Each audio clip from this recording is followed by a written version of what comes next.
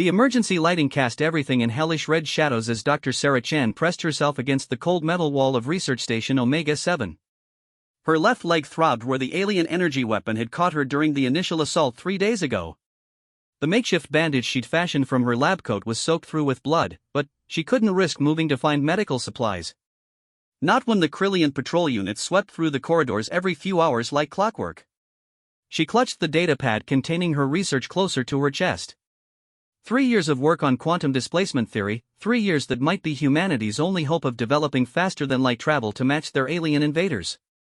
The Krillians had swept through human space like a plague, their massive dreadnoughts reducing entire colonies to ash and debris. Earth's military had fought valiantly, but they were outgunned, outmaneuvered, and completely outclassed by technology that seemed almost magical in its advancement. The sound of heavy footsteps echoed through the corridor outside her hiding spot. Sarah held her breath, knowing that the ventilation shaft she'd crawled into would provide only temporary sanctuary if they decided to conduct a thorough search. Through the grate, she could see the distinctive blue-white glow of Krillian armor as a patrol passed by. Their translator implants allowed her to understand their casual conversation, and what she heard made her blood run cold. "Command says we're to execute all remaining humans tomorrow," one of them said in their clicking, chittering language. "The research facility has been stripped of anything useful." "About time," replied another. "These soft-skinned creatures are barely worthy of the effort it takes to kill them. Did you see how quickly they broke during the initial assault? No honor, no fighting spirit. Just screaming and running like prey animals." The humans kept babbling about their Geneva Conventions and rules of war, a third voice added with what Sarah could only interpret as amusement. As if weaklings who can't even defend their own territory have the right to dictate terms to their betters. The patrol moved on, but their words remained burned into Sarah's memory.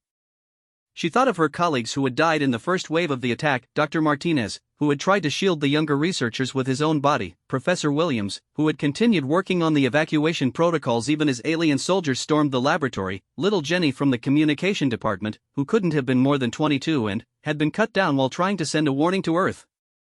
Sarah's fingers traced the small American flag patch sewn onto her lab coat pocket. Her grandfather had given it to her when she'd graduated with her doctorate in theoretical physics. He'd served in the Navy during World War II, had been at Pearl Harbor when the bombs fell, and later fought in the Pacific Theater. This flag, he'd told her with tears in his ancient eyes, represents the idea that some things are worth dying for. Freedom, justice, the protection of those who can't protect themselves. As long as there are Americans willing to bleed for these principles, this flag means something. Don't you ever forget that, Sarah. She'd carried that flag through 15 years of academic research, through late nights in laboratories and early mornings at conferences. It had been with her when she'd made her first breakthrough in quantum theory, when she'd been recruited for the Deep Space Research Program, and when she'd volunteered for the dangerous assignment at Omega-7. Now, injured and alone with alien conquerors discussing her execution like a routine chore, it felt like the last tangible connection to a world that might not exist anymore. The Krillians had established their command post in the station's main communications hub. Through careful observation during her 3 days of hiding, Sarah had mapped their patrol routes and identified their command structure. The leader, a massive creature she'd nicknamed Scarface due to the jagged markings across his elongated skull, seemed to take particular pleasure in desecrating anything he identified as human cultural symbols. She'd watched in horror as he'd torn down paintings of Earth landscapes and crushed a small statue of the Statue of Liberty that had adorned the station commander's office. But it was what happened next that crystallized her resolve into something harder than diamond. As Scarface and his lieutenants gathered in the communications hub for what appeared to be their daily briefing, Sarah witnessed an act of casual cruelty that ignited a fire in her soul. One of the aliens had found the main ceremonial flag that had hung in the station's central atrium, a large American flag that had been presented to the station by the families of the crew, many of whom had military backgrounds. Scarface examined the flag with obvious curiosity, then began to tear strips from it while his subordinates clicked their amusement. "Look at this primitive cloth idol," Scarface said, his translated words dripping with contempt. The humans seemed to place some mystical significance on this arrangement of colors and patterns. What foolish superstition drives a species to venerate mere fabric? Perhaps they believed it possessed magical properties to protect them, suggested one of his officers. Clearly, they were mistaken. The aliens passed the torn pieces of flag between them, using the sacred cloth to clean their weapons and wipe the ichor from their claws. Sarah watched a piece of the star field flutter to the ground like a wounded bird, trampled underfoot by the creatures who had murdered her friends and colleagues. In that moment, Dr. Sarah Chen, theoretical physicist, devoted scientist, and keeper of humanity's hope for faster-than-light travel, made a decision that would echo through the corridors of galactic history. She was going to survive. She was going to complete her research. And, somehow, someway, she was going to make these monsters pay for every life they'd taken, every dream they'd crushed, and every stripe of that flag they'd defiled. The next morning brought new horrors. Sarah watched from her hiding place as the Krillians began their systematic execution of the remaining human prisoners they'd captured from nearby research outposts. Men and women she didn't recognize were forced to kneel in the main atrium while alien soldiers prepared their weapons.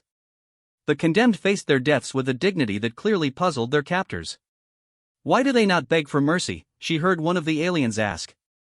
"Why do they not offer information or resources in exchange for their lives?" "Because they're too stupid to understand their situation," Scarface replied. "This species lacks the intelligence for proper self-preservation. It's actually a mercy to remove them from the gene pool." Sarah bit down on her knuckle to keep from crying out as the executions began. Each death felt like a hammer blow to her heart, but she forced herself to watch. These people deserved to have their sacrifice witnessed, their courage remembered. Among the condemned, she recognized Dr. Patel from the Xenobiology Department at Mars Station Beta and Commander Rodriguez from the Defense Coordination Center. They stood tall even as they faced death, their eyes reflecting not fear but a quiet determination that seemed to unnerve their executioners. The last to die was a young communications officer named Lieutenant Blake. As the alien soldier raised his weapon, Blake looked directly at the spot where the American flag had hung and spoke clearly, "Tell my wife I love her. Tell my children their daddy died for something that mattered. And tell them that America doesn't surrender." The energy blast took him in the chest, but his words hung in the air like a challenge. Sarah saw something flicker in the alien's demeanor, a momentary uncertainty, as if they glimpsed something in human nature that they couldn't quite categorize or understand. Hours later, as the bodies were disposed of with clinical efficiency, Sarah began planning her escape. Her research was too important to die with her in this metal tomb. The quantum displacement equations she'd developed could give humanity the mobility needed to fight back, to strike at alien supply lines and avoid their superior firepower through hit-and-run tactics. But she needed to reach a long-range communication array to transmit the data to Earth or the remaining human fleet. The nearest such facility was on Titan Base, 47 light-years away in the Outer Rim.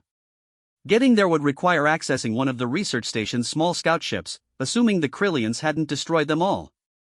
Sarah had some basic pilot training from her university days, enough to handle the automated systems if she could reach the hangar bay. The problem was that the hangar bay was located on the opposite side of the station from her hiding spot, and she'd have to cross 3 major corridors that were heavily patrolled. Her injured leg would slow her down significantly, and she had no weapons beyond a small plasma cutter she'd salvaged from the engineering department. Against armored Krillian soldiers, it would be about as effective as a harsh word. But, as Sarah studied the station schematics on her stolen datapad, she began to formulate a plan that was equal parts desperate and brilliant. The Krillians had assumed the station was completely pacified, which made them careless about certain security protocols. They'd activated the alien equivalent of a skeleton crew, focusing most of their forces on stripping valuable technology from the laboratories while maintaining minimal patrol coverage in areas they deemed secured. What they didn't know was that Dr. Sarah Chen had spent 3 years studying every inch of Research Station Omega-7, including the emergency systems and hidden maintenance passages that weren't indicated on standard blueprints.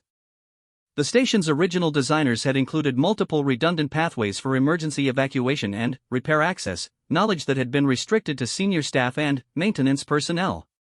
Sarah had earned that access clearance 2 years ago when she'd been promoted to lead researcher on the quantum displacement project. Every corridor, every junction, every hidden panel and emergency hatch was mapped in her memory with the precision that had made her one of the foremost theoretical physicists of her generation. As night fell on her 3rd day of captivity, or what passed for night in the artificial lighting cycles of the station, Sarah gathered her meager supplies and prepared to make her move. She tucked the torn piece of flag into her pocket, right next to her grandfather's patch, and whispered a prayer to whatever gods might be listening. The maintenance shafts were cramped and poorly ventilated, but they offered a path through the station that bypassed most of the heavily monitored areas. Sarah's injured leg sent spears of agony through her body with every movement, but she gritted her teeth and pressed on. The quantum displacement research couldn't die here. Too many people had already given their lives to protect it. As she crawled through the narrow passages, Sarah thought about the message she would send when she reached Titan Base. It wouldn't just be the scientific data, crucial as that was. It would be a testament to human resilience, a declaration that Earth's children were still fighting, still hoping, still refusing to bow before tyranny no matter what technological advantages their enemies possessed. The aliens had made a critical error in their assessment of humanity. They saw the tears and assumed weakness. They witnessed compassion and interpreted it as inefficiency. They observed human emotional attachment to symbols and traditions and dismissed it as primitive superstition. But they'd never encountered a species that could transform grief into determination, love into unbreakable resolve, and righteous anger into a weapon sharper than any alien blade. They were about to learn that humanity's greatest strength wasn't technology or numbers, it was the refusal to accept defeat when fighting for something greater than themselves. Sarah reached the first junction point in her underground journey and paused to rest her screaming leg. Through the thin metal walls, she could hear alien voices discussing their plans for the next day. They were confident, almost bored, treating the occupation of the station like a routine training exercise rather than an act of conquest. That confidence would be their downfall. Sarah Chen was about to remind the galaxy why humanity had earned its place among the stars, and why the species that had once stared down fascism and totalitarianism wasn't about to surrender to alien tyranny without a fight that would be remembered until the last star burned cold in the infinite dark. Her escape had begun, and, with it, the first chapter of humanity's counterattack. The maintenance shaft Sarah crawled through hadn't been cleaned in months before the alien invasion, and now it was thick with dust and the metallic smell of recycled air. Every meter she advanced sent fresh waves of pain through her injured leg, but she forced herself to maintain a steady pace. The Krillian patrol schedule she'd memorized gave her a narrow window to cross the main engineering section, and she couldn't afford to miss it. Behind her, the torn piece of American flag in her pocket seemed to carry the weight of every conversation she'd ever had with her grandfather about duty and sacrifice. Ahead lay uncertainty and almost certain death. But, between those 2 points stretched the possibility of hope if she could reach the communications array and transmit her research to the human resistance. The shaft opened into a maintenance alcove in Engineering Section C, exactly where her mental map had indicated it would be. Sarah listened carefully for several minutes before activating her plasma cutter on its lowest setting to remove the access panel. The tiny beam of coherent light seemed absurdly bright in the darkness, but it was her only tool capable of cutting through the reinforced metal. Engineering Section C had been Dr. Martinez's domain before the invasion. Sarah had spent countless hours here discussing the power requirements for quantum displacement drives and the theoretical limits of human technology. Now the familiar hum of the reactor cores was overlaid with the harsh clicking sounds of Krillian communication protocols as alien technicians stripped away everything they considered valuable. Through careful observation, Sarah had learned that the Krillians operated on a rigid shift schedule that left certain areas understaffed during their equivalent of night hours. They were methodical, efficient, and utterly contemptuous of human defensive capabilities. That contempt was her greatest advantage, they simply couldn't conceive of a single injured human posing any threat to their operations. The route to the hangar bay required crossing 3 major intersections where alien patrols maintained regular coverage. Sarah's original plan had been to time her movement to coincide with shift changes, but the discovery of a secondary maintenance tunnel had given her a better option. The tunnel ran beneath the main deck plating and emerged in the cargo bay adjacent to the hangar, a route that would bypass the patrol checkpoints entirely. The only problem was that the secondary tunnel had been flooded with coolant during the station's emergency shutdown procedures. Sarah would have to crawl through nearly 2 meters of toxic chemical soup to reach the other side, and her makeshift breathing apparatus, a cloth mask soaked in neutralizing solution from the chemistry lab, would provide only minimal protection. As she prepared to enter the flooded section, Sarah's hand unconsciously moved to the flag patch on her pocket. Her grandfather's stories about the Pacific Theater had always focused on the impossible choices that ordinary people had been forced to make under extraordinary circumstances. Courage isn't the absence of fear, he'd told her. It's doing what needs to be done even when you're terrified. The coolant was ice cold against her skin and burned her eyes even through the improvised goggles she'd fashioned from laboratory equipment. Sarah held her breath and pulled herself through the tunnel by feeling along the walls, counting off the meters in her head. The injured leg that had been her constant torment for 3 days became a blessing in disguise, the cold numbed the pain enough for her to maintain her pace. When she finally emerged in the cargo bay, Sarah was shivering uncontrollably and her skin felt like it had been sandpapered, but she was alive and undetected. More importantly, she was now less than 50 meters from the hangar bay where the station's small fleet of research vessels waited in their docking cradles. The cargo bay was eerily quiet except for the distant sound of alien machinery and the low hum of environmental systems. Crates and equipment modules that had once contained supplies for deep space research missions were now stacked haphazardly against the walls, many of them split open and emptied by Krillian salvage teams. Sarah picked her way through the debris, looking for anything that might be useful for her escape attempt. In a damaged shipping container marked Personal Effects Research Staff, she found something that made her heart skip. Commander Rodriguez's service pistol was still in its holster, apparently overlooked by the aliens who had considered human weapons too primitive to bother confiscating. The sidearm was a military-grade plasma weapon, far more powerful than her improvised tools, though still no match for Krillian armor in a direct confrontation. More importantly, she found Rodriguez's personal log recorder, a small device that contained his final messages to his family and his assessment of the station's defensive capabilities. As Sarah scrolled through the entries, she discovered that Rodriguez had suspected the attack was coming and had prepared contingencies that the Krillians might not have discovered. If anyone finds this, Rodriguez's recorded voice whispered through the device's tiny speaker, "There's something you need to know about the research vessels in Bay 7. Dr. Chen's quantum displacement prototypes weren't just theoretical, we've been running practical tests for 6 months. Ship designation RS Prometheus has a functional FTL drive, but it's hidden behind false bulkheads to prevent theft. The activation codes are in my personal safe, combination is my daughter's birthday." Sarah's hands shook as she processed this information. The Prometheus wasn't just her escape route, it was potentially the key to everything. If she could reach human space with a working quantum displacement drive, the technology could be reverse-engineered and mass-produced. Humanity would finally have the mobility to fight the Krillians on equal terms. But first she had to reach Bay 7, and that meant crossing the most heavily guarded area of the station. The hangar complex was where the Krillians had established their primary vehicle depot, using human maintenance facilities to service their own attack craft. Sarah could see the blue-white glow of alien lighting through the transparent aluminum windows that separated the cargo bay from the main hangar floor. A squad of Krillian soldiers was conducting what appeared to be a routine inspection of the human vessels, their energy weapons casually trained on the ships as if expecting some kind of resistance. Sarah counted 6 aliens in full combat armor, plus what looked like a technical specialist operating some kind of scanning device. Too many to fight, even with Rodriguez's weapon. As Sarah watched the aliens work, she began to notice patterns in their behavior that might give her an advantage. The Krillians were thorough but predictable, checking each ship in numerical order and spending approximately 10 minutes per vessel. Bay 7, where the Prometheus waited, was fourth in their sequence, which meant she had roughly 30 minutes before they reached it.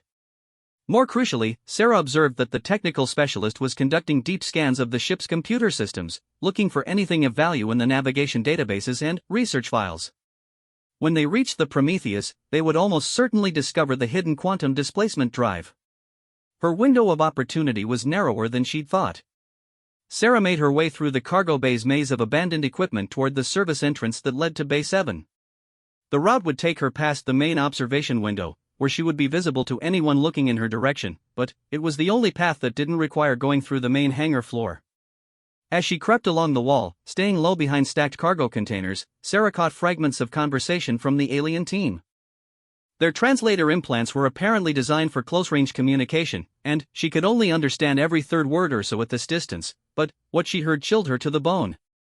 Schedule indicates complete termination, remaining humans by dawn. High command demands, no survivors, potential resistance. Earth colonies, next target, within 2 standard cycles. The implications hit Sarah like a physical blow. The Krillians weren't just occupying human space, they were conducting systematic genocide. Every human colony, every research station, every settlement that had been built over 3 generations of expansion into the galaxy was marked for extermination. Earth itself was apparently next on their list. The knowledge that billions of lives hung in the balance gave Sarah's mission an urgency that transcended her personal survival. The quantum displacement research wasn't just about evening the odds in some distant military engagement, it might be humanity's only chance to evacuate civilians before the Krillian death machine reached the core worlds. Sarah reached the service entrance to Bay 7 and carefully activated the emergency override with code she'd memorized during her orientation 3 years ago.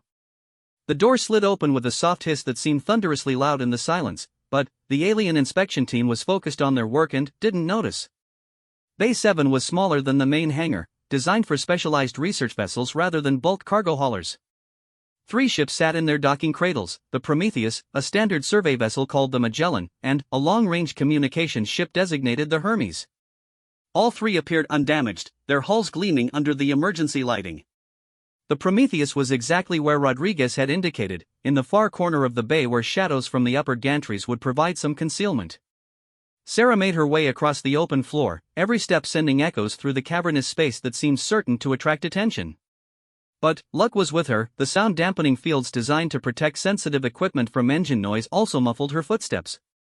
As she approached the Prometheus, Sarah could see why the Krillians had dismissed it as uninteresting. From the outside, it looked like a standard research vessel, sleek but unremarkable. The modifications that housed the quantum displacement drive were indeed hidden behind false panels that perfectly mimicked the ship's original hull configuration. Rodriguez's personal safe was located in the captain's quarters, a small compartment just aft of the main bridge. Sarah found it exactly where his log had indicated, a military-grade security vault that had somehow escaped the alien's notice. The combination, his daughter's birthday, March 15, 2387, opened the safe with a soft electronic chime.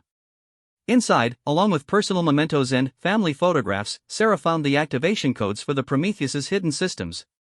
But there was something else that made her breath catch in her throat: a complete tactical analysis of Krillian military capabilities, compiled from intelligence gathered during the initial attacks on human space. According to Rodriguez's data, the Krillians had a fatal weakness in their strategic doctrine. Their superiority complex made them predictable. They always attacked with overwhelming force, but they were psychologically incapable of adapting to unexpected resistance. Every battle followed the same pattern: massive initial assault, followed by methodical occupation and resource extraction. But the analysis also revealed something that made Sarah's blood run cold. The Krillian invasion force that had swept through human space was just the advance scout of a much larger fleet. The main armada, consisting of thousands of dreadnought-class vessels, was still en route to the galaxy. Humanity had been fighting the equivalent of a reconnaissance unit. The knowledge that the real war hadn't even begun yet should have been devastating, but Sarah found herself oddly encouraged by Rodriguez's analysis. If the Krillians were as predictable as he believed, then the quantum displacement technology could be used not just for hit-and-run tactics, but for psychological warfare designed to exploit their rigid thinking patterns. A ship that could appear anywhere, strike without warning, and vanish before retaliation was possible would represent something the Krillians had never encountered: an unpredictable enemy. It would force them to adapt their strategies, and adaptation was apparently something their culture found extremely difficult. Sarah began powering up the Prometheus's systems, using the activation codes to bypass the security lockouts that would normally prevent unauthorized access. The ship's artificial intelligence came online with a soft blue glow as holographic displays materialized around the captain's chair. "Good evening, Dr. Chen," the AI said in a pleasant feminine voice. "I am Athena, autonomous tactical and heuristic electronic navigation assistant. Commander Rodriguez programmed me to expect your arrival under emergency circumstances. How may I assist you?" "I need to reach Titan Base as quickly as possible," Sarah replied, settling into the captain's chair and trying to ignore the pain that shot through her injured leg. "I have critical data that needs to be transmitted to the human resistance." "Understood. The Prometheus is equipped with a Mark 7 quantum displacement drive that will allow us to reach Titan Base in approximately 47 minutes. However, I should inform you that Krillian forces are currently conducting an inspection of the hangar bay. Departure may be complicated." Through the bridge viewport, Sarah could see that the alien inspection team had moved to Bay 6, the compartment adjacent to her location. They would reach Bay 7 within minutes, and there would be no way to launch the Prometheus without alerting them to her presence. "Athena, what are our options for stealth departure?" "The Prometheus is equipped with experimental cloaking technology based on your quantum displacement research," the AI replied. "However, the system is untested and may be detectable by Krillian sensors. Alternatively, we could utilize the bay's emergency ejection system to launch without activating the main engines until we clear the station's sensor range." Sarah weighed her options quickly. The emergency ejection system would buy her a few seconds of surprise, but once the Krillians realized what was happening, they would pursue with overwhelming force. The cloaking system was a gamble. If it worked, she could slip away undetected, but if it failed, she would be trapped in a ship that couldn't maneuver effectively while cloaked. The decision was made for her when alarms began blaring throughout the station. Through the viewports, Sarah could see Krillian soldiers rushing toward the hangar bays, their weapons powered and ready. Somehow, her presence had been detected. Athena, initiate emergency departure. Activate all stealth systems and plot a course for Titan Base. Emergency departure protocols engaged. Warning, Krillian attack craft are launching from the primary hangar. Estimated time to weapons lock, 90 seconds. The Prometheus shot out of Bay 7 like a bullet, its emergency thrusters propelling it away from the station at maximum acceleration. Sarah was pressed back into her seat by forces that made her injured leg scream in protest, but she gritted her teeth and held on. Behind them, Research Station Omega 7 was already receding into the distance, its lights twinkling against the starfield like a malevolent jewel. But Sarah wasn't looking back. Her eyes were fixed on the navigation display, where a course line stretched across 47 light-years of space toward humanity's last hope. The quantum displacement drive engaged with a sound like thunder, and the stars themselves seemed to bend around the Prometheus as it slipped into the spaces between spaces. Sarah Chen, injured, alone, and carrying the hopes of a species on her shoulders, had begun her race against time to save humanity from extinction. In her pocket, the torn piece of flag seemed to pulse with warmth, as if her grandfather's spirit was riding alongside her into the unknown dark. The quantum displacement drive created a sensation unlike anything Sarah had experienced in her years of theoretical research. Reality seemed to fold in on itself as the Prometheus slipped between the fabric of normal spacetime, traveling through dimensions that existed in the mathematical equations she'd spent her career perfecting but had never imagined she'd experience firsthand. Displacement field stable, Athena reported, her synthetic voice maintaining perfect calm despite the cosmic forces being manipulated around them. Current velocity, approximately 15,000 times the speed of light. Estimated arrival at Titan Base, 41 minutes, 37 seconds. Sarah tried to process the magnitude of what was happening. The drive she designed in sterile laboratories was actually working, propelling her across distances that should have taken months in a matter of minutes. But her triumph was tempered by the knowledge that Krillian pursuit vessels were undoubtedly following her trail, and their technology might be advanced enough to track quantum displacement signatures. Athena, are we being pursued? Negative, Dr. Chen. Krillian vessels appear to be unable to detect our displacement field. However, I should note that our experimental cloaking system is consuming power at an exponential rate. We have approximately 37 minutes of stealth capability remaining. Sarah leaned back in the captain's chair and allowed herself a moment to truly comprehend her situation. 12 hours ago, she'd been hiding in a ventilation shaft, waiting to die. Now she was piloting humanity's most advanced starship through folded spacetime, carrying research that might save billions of lives. The transformation seemed almost too dramatic to be real. But the pain in her leg and the weight of responsibility on her shoulders were very real indeed. Through the viewport, the distorted stars created a light show that would have been beautiful under other circumstances. Now they simply reminded her that every second brought her closer to a confrontation that would determine humanity's future. The ship's medical bay was located 2 decks below the bridge, and Sarah knew she needed to treat her wound properly before reaching Titan Base. The makeshift bandage she'd applied 3 days ago was insufficient, and the last thing the human resistance needed was for her to collapse from infection just as she delivered the quantum displacement data. Athena, maintain course and monitor for any changes in our pursuit status. I'm going to the medical bay. Acknowledged, Dr. Chen. I should mention that Commander Rodriguez left specific medical protocols in my database, including treatment recommendations for plasma weapon injuries. The medical bay was a testament to human ingenuity in confined spaces. Every surface contained equipment designed to handle injuries ranging from routine cuts to complex surgical procedures. Sarah found the automated diagnostic scanner and positioned her leg under its sensor array, trying not to think about how much this was going to hurt. The scanner's results appeared on the main display with clinical precision: second-degree burns covering approximately 8% of her leg, mild infection, minor tissue necrosis, and significant muscle damage. Under normal circumstances, she would have required several days of hospitalization and extensive physical therapy. She had neither luxury. The automated treatment system dispensed a cocktail of antibiotics, pain suppressors, and tissue regeneration stimulants that would have been considered miraculous just a generation earlier. As the medications took effect, Sarah felt the constant ache in her leg diminish to manageable levels for the first time since the injury. But it was what she found in Rodriguez's personal medical files that truly shocked her.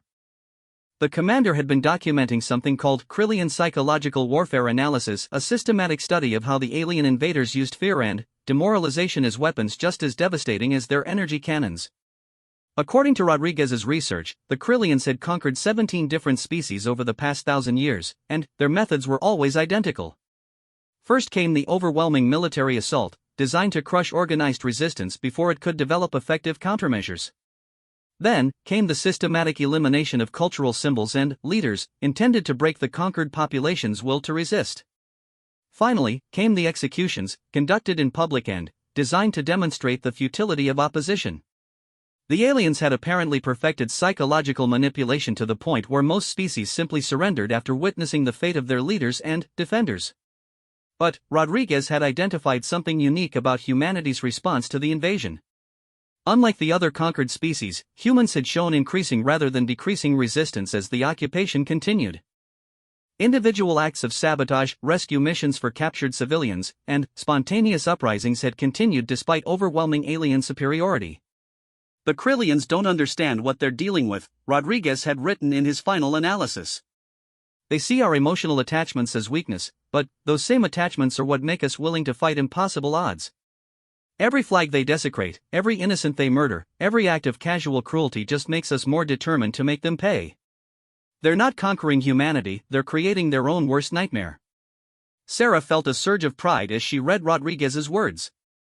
Her grandfather had been right about the meaning of symbols and the power of principles worth dying for.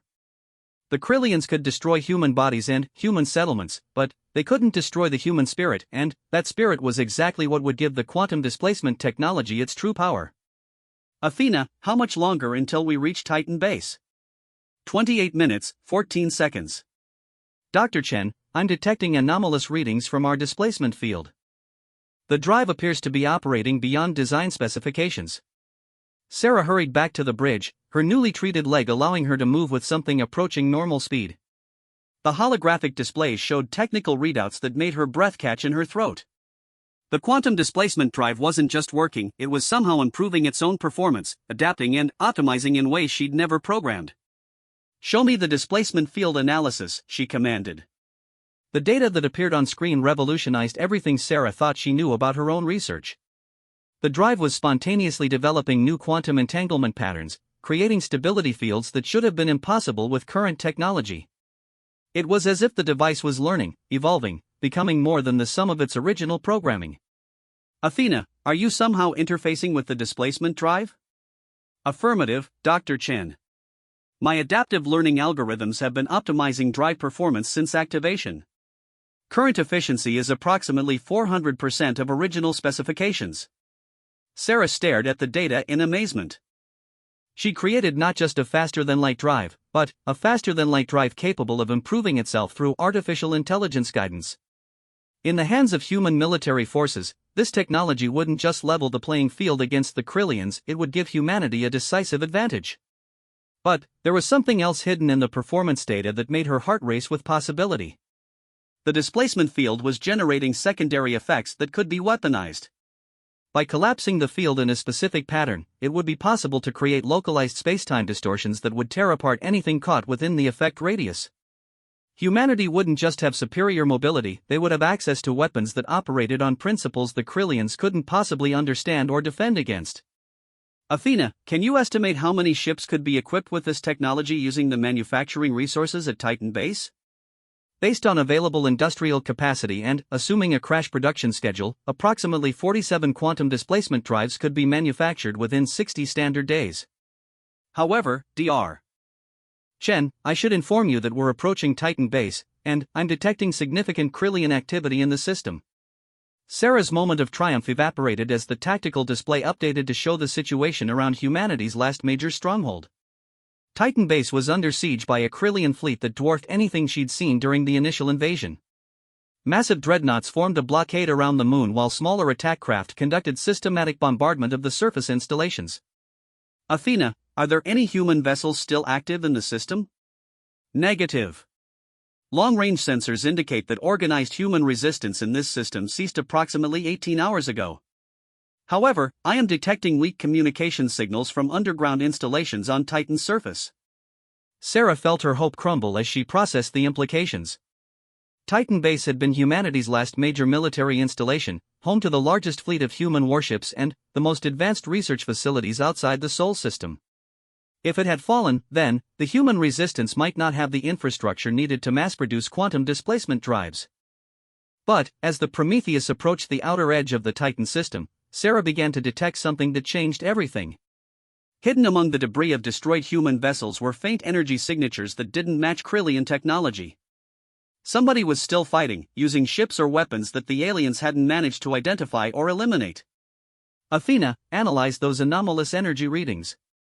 What am I looking at? Dr. Chen, those signatures appear to be consistent with heavily modified human vessels operating under extreme stealth conditions. Based on their movement patterns, I believe we're observing a coordinated resistance operation. As if summoned by their conversation, Sarah's communication array lit up with an incoming transmission on a frequency that should have been impossible to detect without specialized equipment. The signal was heavily encrypted, but Athena's advanced processing capabilities broke through the security layers in seconds. Unknown vessel, this is Admiral Sarah Martinez aboard the UES Defiance. You are approaching a combat zone under Krillian control. State your intentions immediately or be considered hostile. Sarah's heart stopped. Admiral Martinez, Dr. Martinez's wife, the woman she'd assumed had died during the initial assault on the core worlds. Somehow, impossibly, human military leadership had survived and was continuing the fight from hidden bases and cloaked vessels. Admiral Martinez, this is Dr. Sarah Chen aboard the research vessel Prometheus. I have critical technological intelligence that could change the course of the war. Requesting permission to dock with your vessel. The pause that followed seemed to last forever. When Admiral Martinez responded, her voice carried a mixture of disbelief and desperate hope that made Sarah's throat tighten with emotion. Dr. Chen? My husband spoke of your research before the attack on Omega 7. We received his final transmission 3 days ago. He said you might be able to give us a fighting chance. Admiral, I have a working quantum displacement drive and the manufacturing specifications for mass production. But I need to know what resources are available for implementation. Dr. Chen, dock with the Defiance immediately. And, Dr. Chen? My husband said to tell you that the flag you carry represents more than just fabric and thread. He said you'd understand what that means. As the Prometheus approached the hidden location where Admiral Martinez's ship waited among the debris of a shattered moon, Sarah touched the torn piece of flag in her pocket. Dr. Martinez had seen her grandfather's patch during their conversations about quantum theory, and he'd understood what it represented. The flag didn't just symbolize a nation or a government, it represented the unbreakable human spirit that refused to surrender even when faced with impossible odds. It carried the weight of every sacrifice made in the name of freedom, every life given to protect the innocent, every act of courage performed by ordinary people under extraordinary circumstances. The Krillians had made a fundamental error in their assessment of humanity.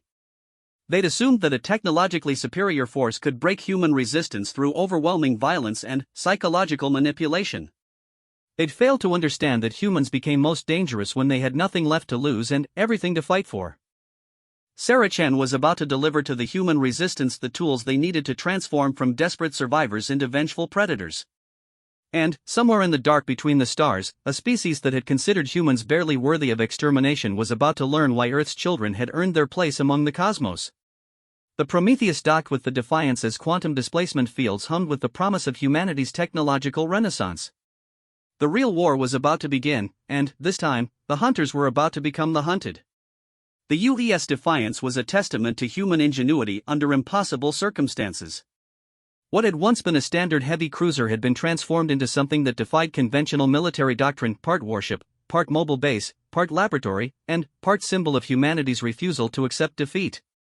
As Sarah's feet touched the deck plates of Admiral Martinez's flagship, she felt like she was stepping into the heart of human resistance itself.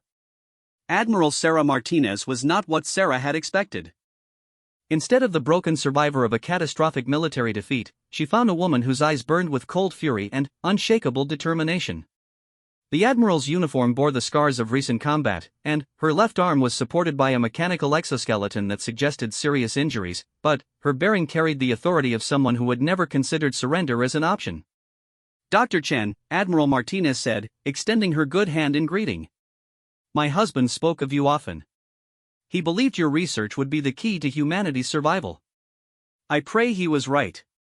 The bridge of the Defiance was a hive of controlled activity as human officers coordinated resistance operations across 12 star systems.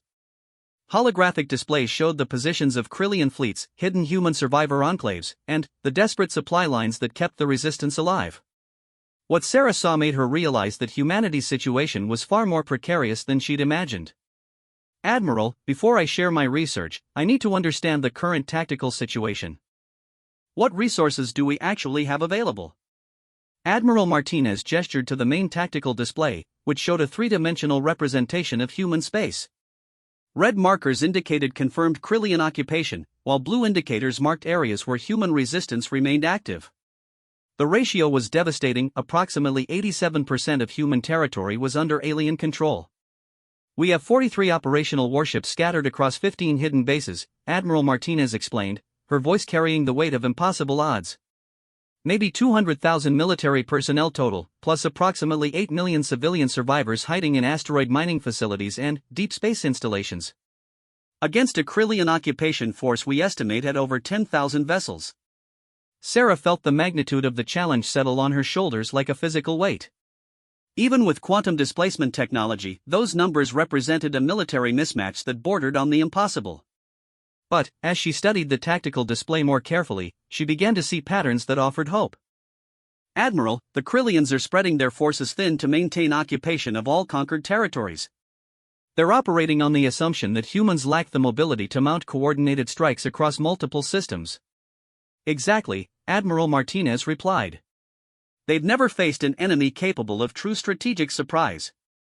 Every species they've conquered before was limited by conventional faster-than-light drives that could be tracked and intercepted.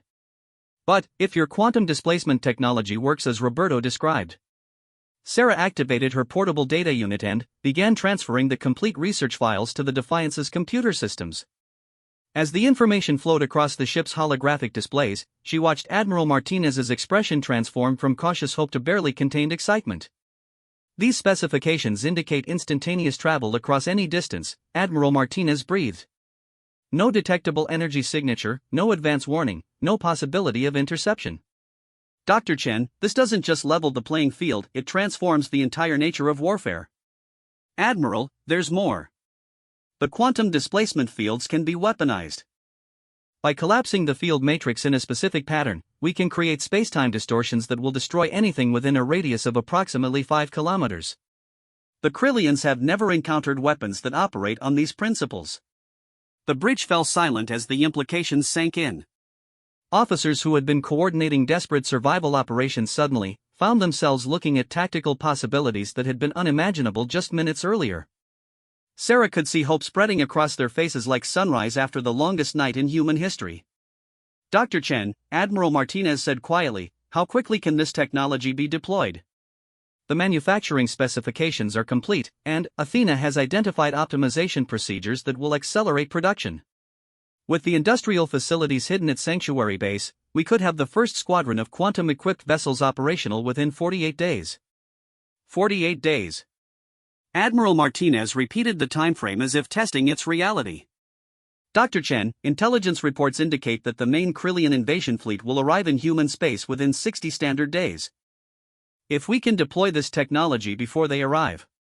Sarah nodded, understanding the unspoken implication. The Krillian forces currently occupying human space were just the advanced scouts of a much larger armada. But, if humanity could strike first with quantum displacement technology, they could potentially eliminate the occupation forces before reinforcements arrived. "Admiral, I need to tell you something else.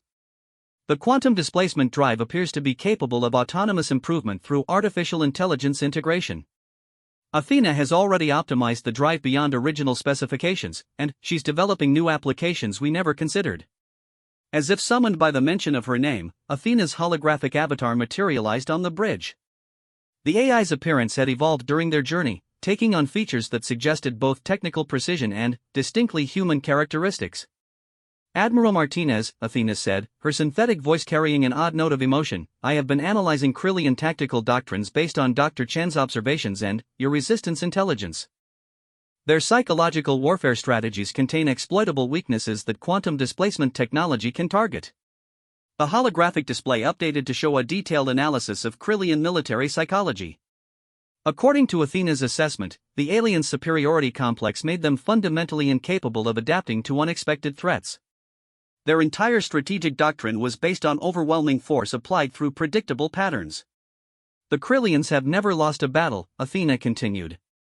Their cultural programming prevents them from acknowledging the possibility of defeat, which means they cannot develop contingencies for scenarios where their opponents possess technological advantages.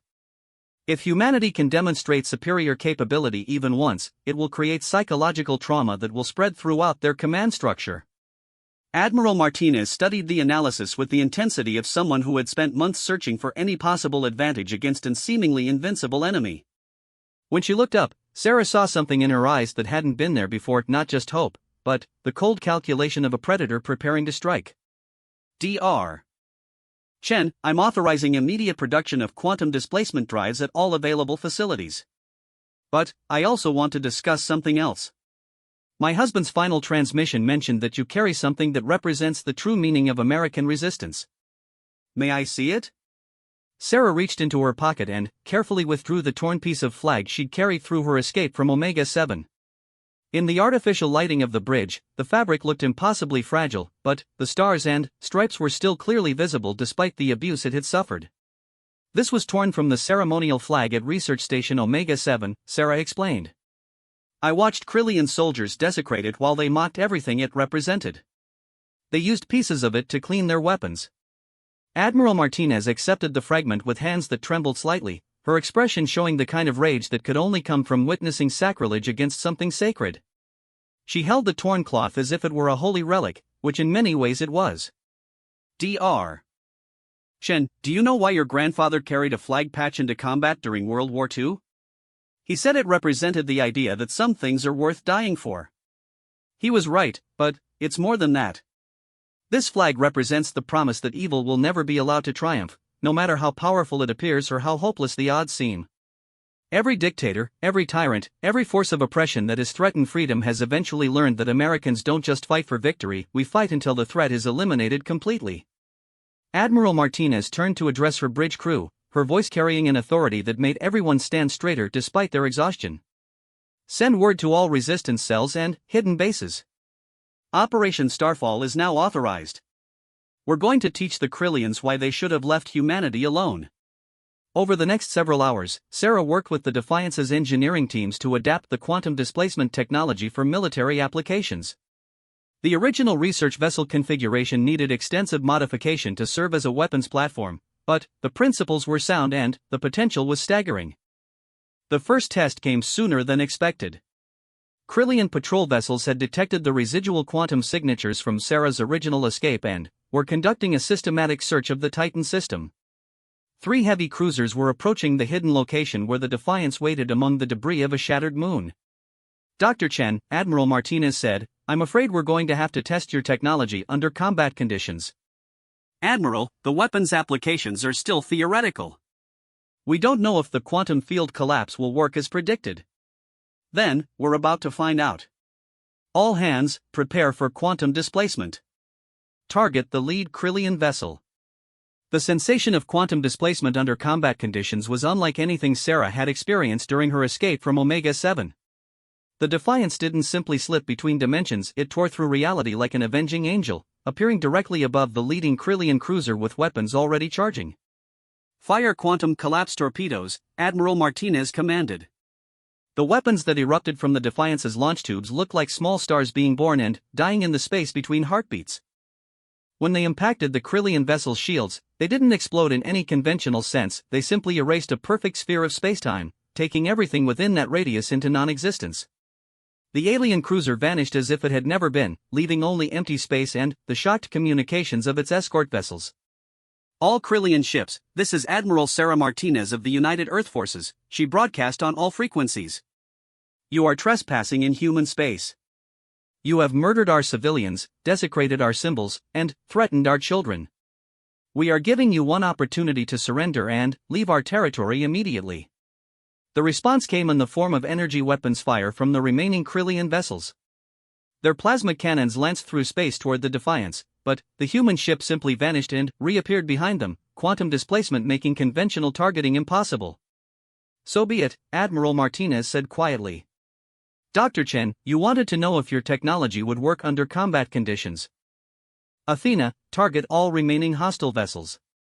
The battle that followed lasted less than 3 minutes but redefined the future of interstellar warfare.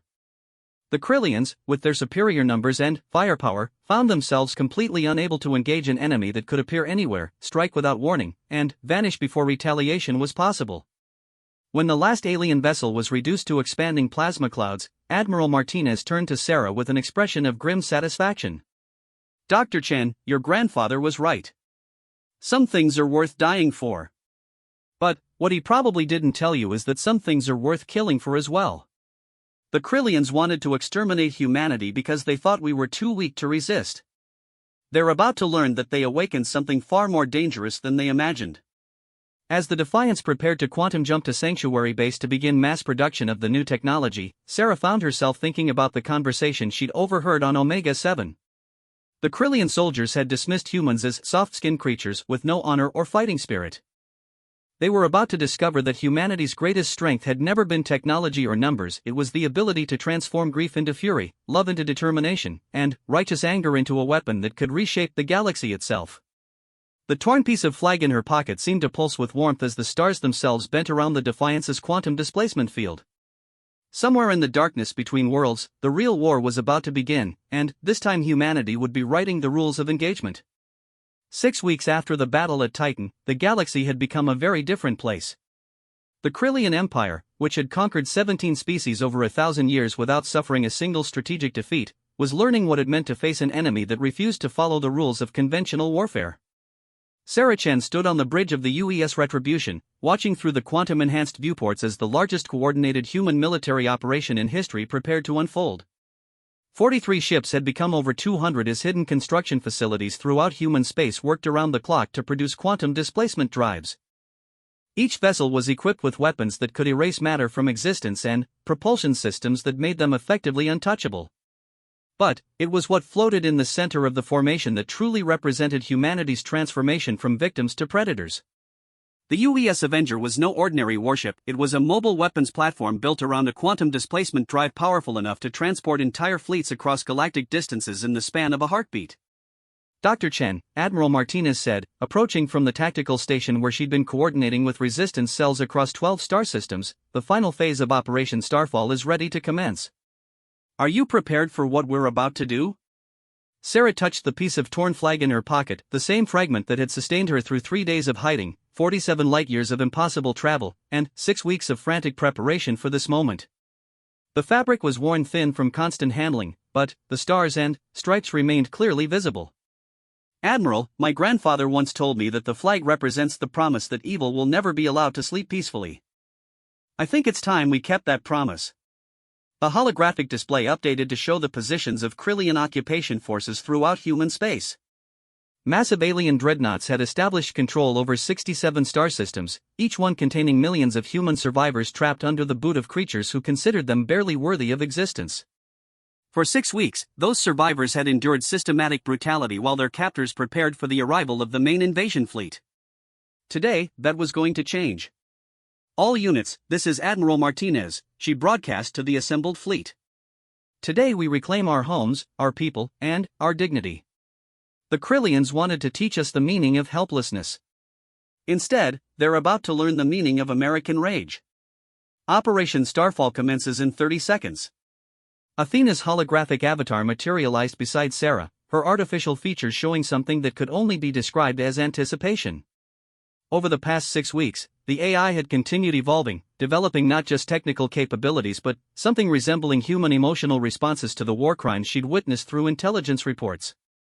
Dr. Chen, I have calculated the psychological impact of what we are about to accomplish.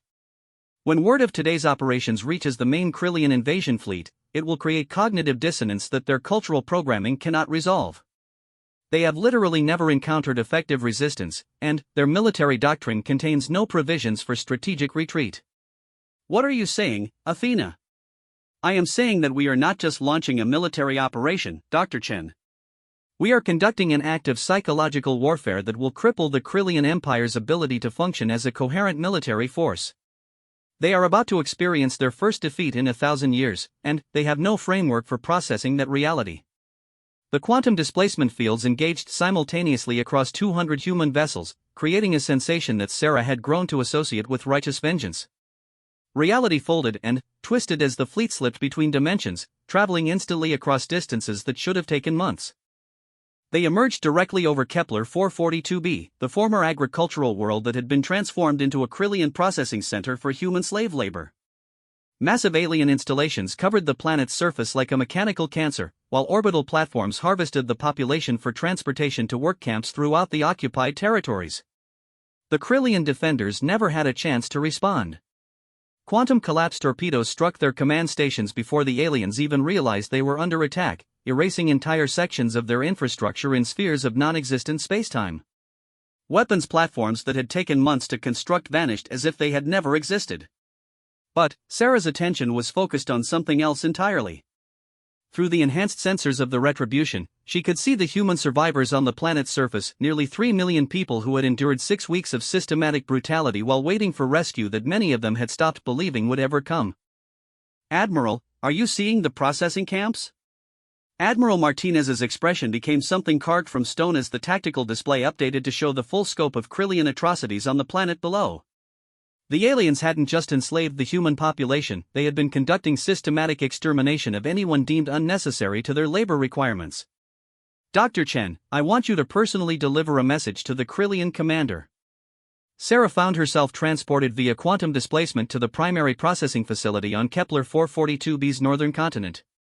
The alien installation was a monument to casual cruelty, designed not just for efficiency but for maximum psychological impact on its victims. Humans in tattered clothing worked under the supervision of Krillian guards who treated them like livestock.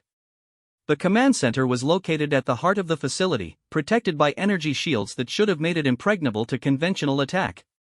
Sarah materialized directly inside the shielded area, her quantum displacement field allowing her to bypass defenses that were designed to stop projectiles and energy weapons. The Krillian commander, a massive creature whose elongated skull was marked with the same decorative scarring she'd observed on Omega-7, turned to face her with an expression of shocked disbelief.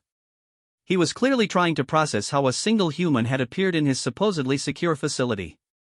I am Dr. Sarah Chen of the United Earth Forces, she said, her voice carrying an authority that seemed to surprise the alien leader.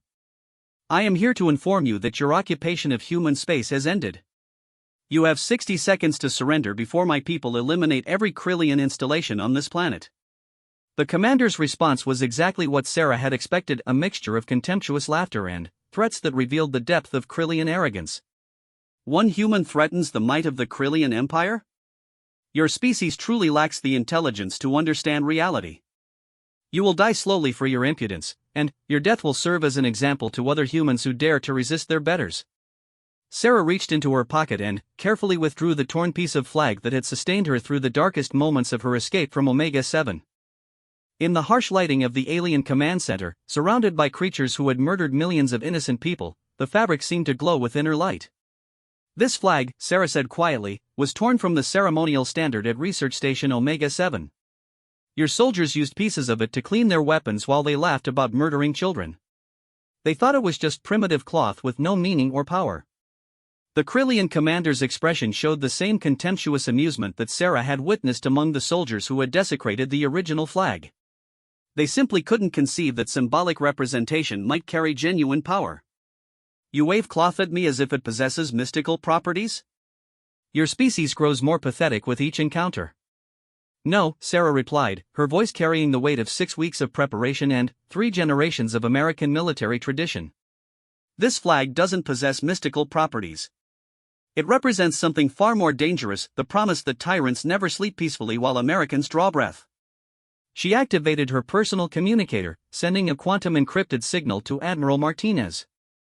Admiral, the Krillian commander has declined the opportunity to surrender. Please proceed with orbital bombardment of all military targets. What followed redefined the meaning of overwhelming force. Quantum collapse torpedoes rained down from orbit with the precision of surgical strikes and the destructive power of small stars. Every Krillian weapons emplacement, every guard tower, every symbol of alien oppression vanished in spheres of erased spacetime. The human survivors on the planet's surface watched in amazement as their captors' mighty installations simply ceased to exist, leaving only empty craters where fortresses had stood moments before. The Krillian Empire's reputation for invincibility crumbled along with their defensive positions. But Sarah wasn't finished with the commander yet. Your soldiers at Omega-7 asked why humans don't beg for mercy when facing execution, she said, advancing on the alien leader who was now backing away from her with obvious fear. They couldn't understand why we faced death with dignity instead of groveling for our lives. Would you like to know the answer? The Krillian commander's clicking speech had devolved into what could only be described as terrified gibberish as he witnessed the destruction of everything he had believed about his species' superiority. The psychological framework that had sustained Krillian expansion for 1,000 years was collapsing in real time. We don't beg, Sarah continued, because we know that someone will always come for those who hurt us.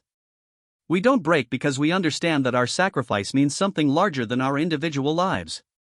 And we don't surrender because we've learned that evil only grows stronger when good people choose to do nothing. The quantum displacement field engaged around Sarah, but instead of transporting her away from the facility, it began to collapse in the specific pattern that Athena had identified as most effective for psychological warfare. The commander had just enough time to understand what was happening before the field erased him and his command center from existence. Across Kepler 442b, similar scenes played out at every Krillian installation. Human forces appeared without warning, offered surrender terms that were invariably rejected, and then demonstrated why the quantum displacement technology represented more than just a tactical advantage. It was a fundamental revolution in the nature of power itself. By the end of the day, Kepler 442b was free. 3 million human survivors were liberated, and the Krillian occupation force had been eliminated so completely that historians would later debate whether the aliens had ever been on the planet at all. But the liberation of a single world was just the beginning. Over the following week, Operation Starfall expanded to encompass all 67 occupied star systems. Krillian forces that had considered themselves invincible found themselves facing an enemy that could appear anywhere, strike with unprecedented precision, and vanish before retaliation was possible.